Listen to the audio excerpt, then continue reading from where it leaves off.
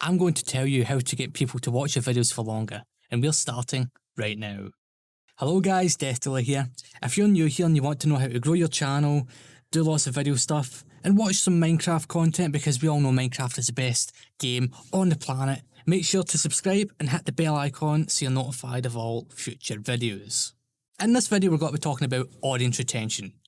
Now, I know what you're thinking, audience retention, damn, that's a really important subject. Well, yeah, it is. Audience retention determines how videos perform. It doesn't matter if a video is like 20 minutes long, 5 minutes long. Audience retention is the most important factor on YouTube, in my personal opinion. I have 8 years of experience here, so I know what I'm talking about. But I'm not an expert, so keep that in mind.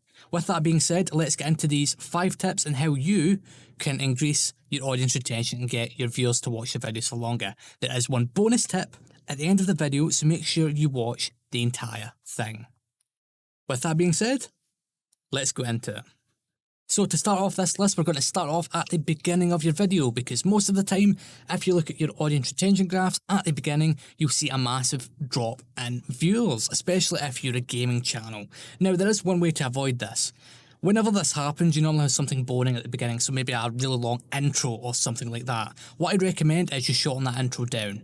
Now, typically, a lot of people call this like intro segment a hook and not an intro itself. So the idea of a hook is that in the first, say, anywhere between 5 to 15 seconds of the video, you need to hook the viewer by telling them what you're going to do and maybe show what you're going to do in the video as well. You may have noticed at the beginning of this video, the clip was very short. If you haven't, go back and watch that bit. You see, that's another way to increase watch time. Hooks are very, very important. This will determine how your video performs as soon as it's released. So I can't stress this enough. Make sure you get a decent hook in there. Next in our list, try and keep your clips fairly short, or alternatively have the screen, like what's on the screen, change frequently. So if you're, I don't know, doing like a first person or third person thing where you're talking to the camera, have your character change positions and all that stuff, because it keeps things interesting. Also things like long, intros, animated intros with your channel logos and stuff, that's really bad. And yeah, technically, everything's still changing, but it kind of turns people off. Once you have an established viewer base, if you want to go and, add in a channel intro like that, you can do it. But personally, I wouldn't recommend it. I've done that in the past, and whenever I have done so, my audience retention has taken a massive hit. So please don't do it.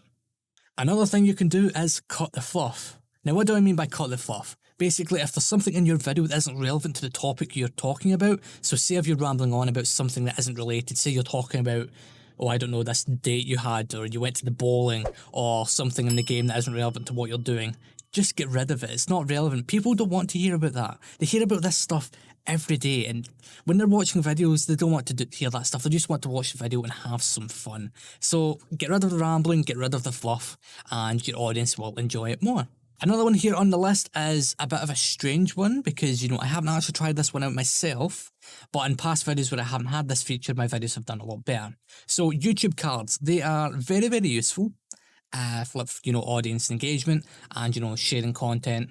But personally, and, it's recommended by a lot of people, don't put it at the beginning of your videos.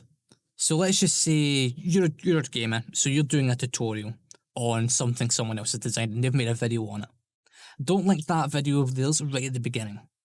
Link it at the end, because what will happen is your viewers will click on that card and will leave your video. You don't want that to happen, because then they won't watch your thing. They'll completely forget your thing exists. So don't do that. Cards like polls are perfectly fine.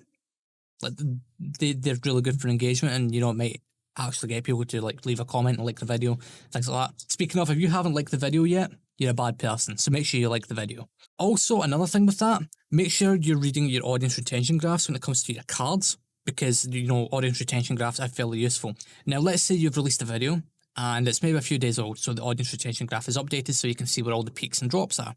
If you're noticing a severe drop somewhere, put a poll card right before that, because that might trick the viewers into sticking on the video for a little bit longer.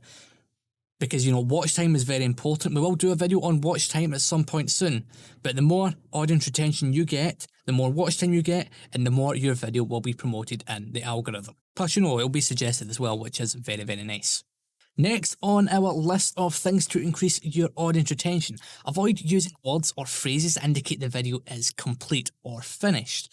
Basically, if you're using these phrases, your viewers will instantly click off the video. So if you're approaching the end when you have your end screen, if you're mentioning, oh, this is the end of the video, and then you have something where you talk about things on the end screen, try to get people to watch the videos you've listed there, they'll leave before that, so they won't see any of it. So rather than saying something like that, just, the clip before the end screen bit or the end of the video, just, keep it going like normal, and that'll trick people into watching it straight into the end screens. I've tried this in multiple videos recently and it has been quite effective, so make sure you try this. And here we are with the bonus tip. So as you can see, we're on our YouTube Creator Studio right now. We're looking at the video we done recently on our analytical report for April 2020.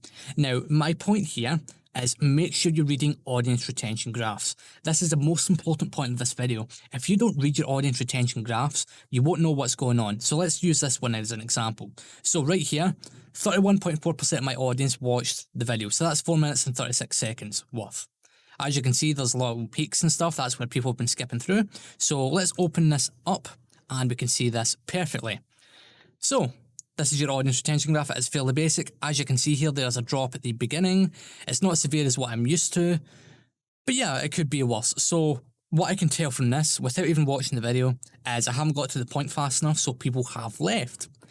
Or what they've done is they've just skipped through the actual video itself, and that's why we have peaks and then drops here, which is, good to see.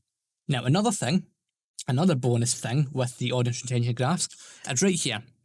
So you have your audience retention, and then there's also relative audience retention. Now, what is relative audience retention? Well, basically what that is that compares your current audience retention graph to previous videos in your channel. I don't know how long it goes for. I need to look into this a little bit more. But as you can see, this graph is fairly different. So there is peaks and drops, but they're different. So as you can see right here, like the beginning of the video, it's about average compared to what I normally do. So there is no change there. Everything's still the same. But here we go, this bit of the video is below average. So this means that less people watch this video compared to normal. Well, this part of the video compared to normal. Up here, this is above average, so more people watch this part of the video.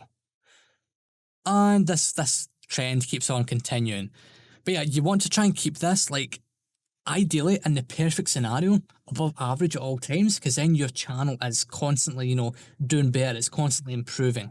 But that isn't always possible. Nothing is ever perfect, unfortunately. But yeah, this tab is just so useful, and just look at that. As you can see here, this is where I started using some negative language indicating that the video was ending, so we started to see a massive drop-off. And if we go into our audience retention here, yeah, just look at that.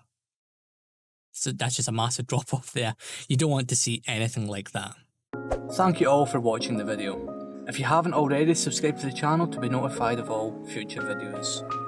On the left at the top, you'll see a video that I think you should watch next, and at the bottom you'll see a video that YouTube wants you to watch. Thanks for watching.